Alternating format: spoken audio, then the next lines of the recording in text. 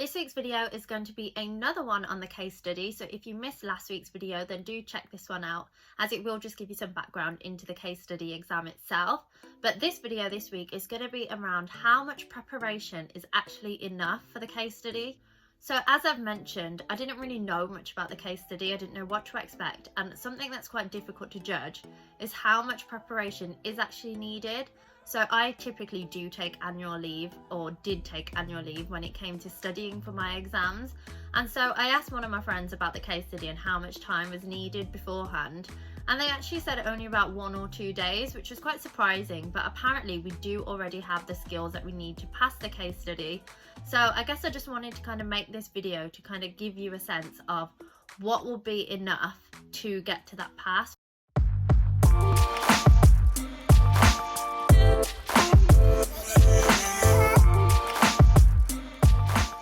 So hopefully you're familiar that you get advanced information, so AI, with the case study exam, and that's 6 weeks before the exam starts. So you know me, very keen. I of course went and had a look at the mock pretty much straight away, and mine was actually on a magazine company, so it was Bill November 2020. So of course I kind of went through with my highlighter, but what I'm going to give you in this video is tips of what exactly it is that you need to pull out of the advanced information. So instead of me talking you through, I'm literally just going to put them on the screen for you here so you can read for yourself. But essentially you need to know who the report will be from for your disclaimer. You'll need them benchmark targets and key performance indicators for requirement 1, so you can just really get those easy marks. Then you need relevant prior year figures, of course, for that requirement 1. And then for requirement 2 and 3, you'll need assumptions, and those will come from the AI, so do pull them out and it will help you with the calculations as well. And then there's also business issues and wider context points, as well as ethics marks. So something that you need to consider is whether you should be practicing past case study mocks.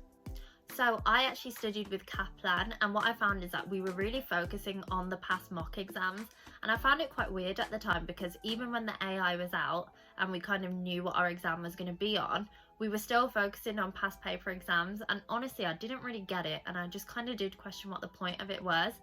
And do you know what, it was very long. So we did about 4 past paper mock exams, and of course they're all different advanced informations, and these are 4-hour exams, so you can only imagine how long it was. But I kid you not, it was honestly so beneficial. So with this exam, it's really important that you can nail your timing. So timing's key for this exam, and I definitely touched on that in my last video, so do check that out because it is one of the ways that you could potentially fail. So you definitely don't want to be in that position. So do also potentially sign up to my journey, and what you will get at www.jagsjourney.blog/contact is a help sheet that will really help you with your timing and other bits as well. So as I was saying, practicing those past paper mocks were really helpful actually because of the timing, but also to get really familiar with that marking key. So that's super important. If you want to pass the exam, you need to understand how you are marked, and practicing past paper exams does really do that. So I don't think you need to go as far as doing 4 past mock exams on other AIs. I think maybe minimum 2. And then of course you do need to practice at least a mock with your own AI as well. So what I've done actually is I've pulled together a mark scheme with all the information and things that I've picked up from doing those past paper mock exams, and of course my real exam, and hopefully this does actually help you. So you check this out on screen here. You might want to just take a picture or screenshot. It's probably quite helpful actually. But yeah, that should really help you understand how it's marked.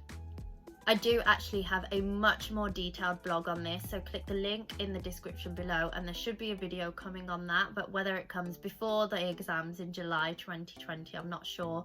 So do click that link in the bio below. If you have joined my journey, you will also get access to some planning sheets. So these are just some blank sheets, but they do really help, especially with requirement 1. So I've fully made use of this planning sheet, and it's because in the AI you are given 3 years of management accounts. What you can do is really use that information to kind of guess, or well, I guess predict what will come up.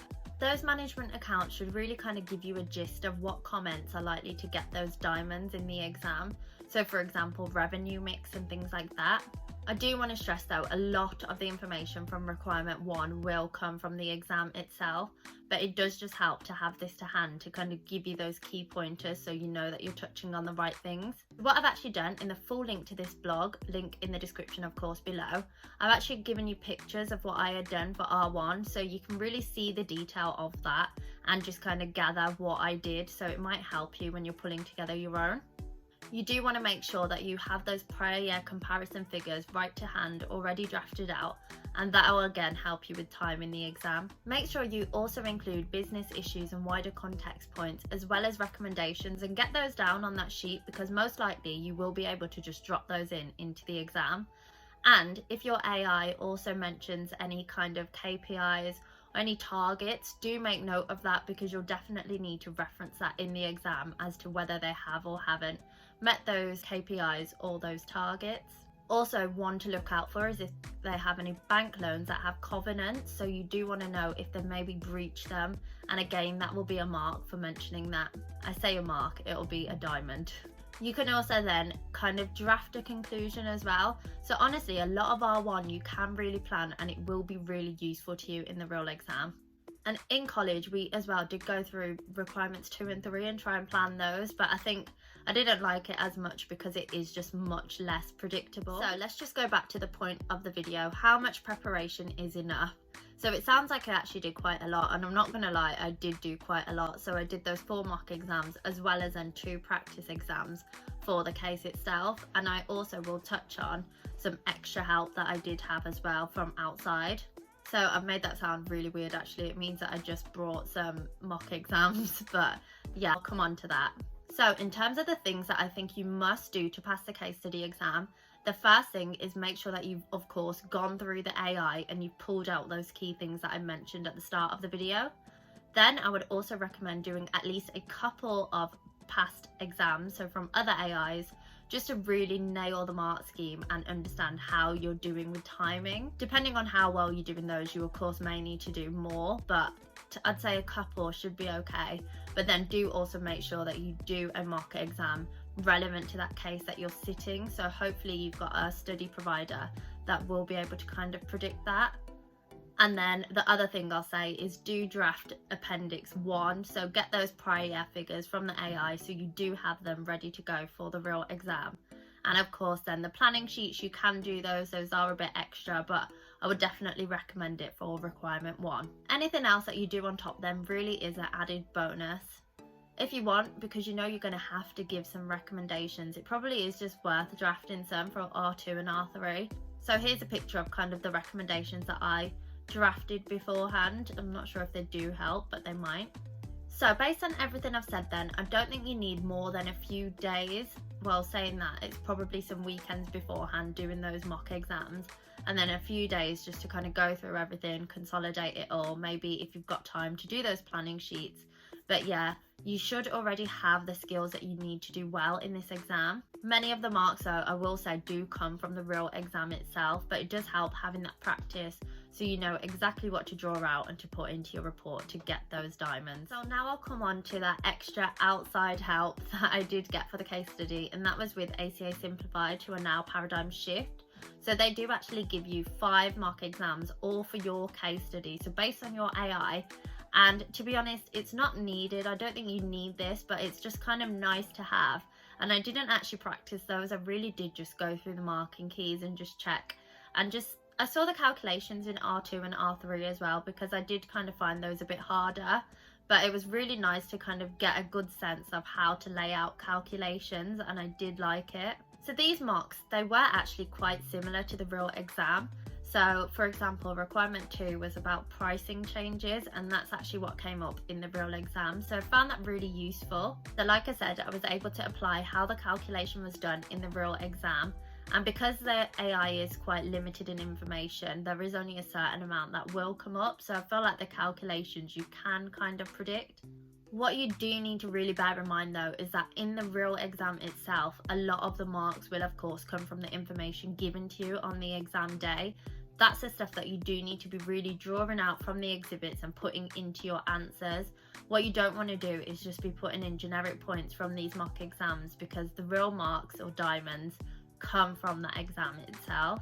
You can't then completely predict what will come up in the exam, but I think what's quite good from the mock exams is it's helpful for the business issues and wider context points.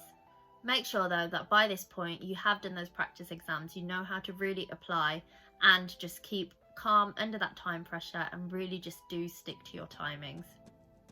So final comments from me then. There is things that you can definitely do to prepare, so don't think that, oh, you'll just see on the day and you can't really do much beforehand.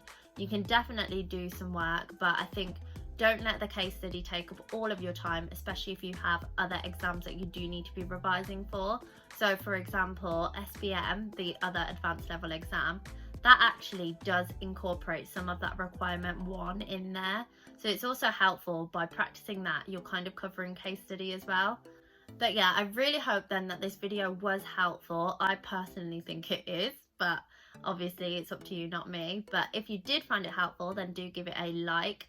Any questions, any comments, do drop them below. So I'm really sorry if I haven't responded recently. I have been swamped in my busy season. So yeah, I'm just glad I've got this video out. So good luck, and let me know how you get on. And I'll definitely be back with more videos. So make sure you subscribe, and hopefully you'll see me again soon. Thanks.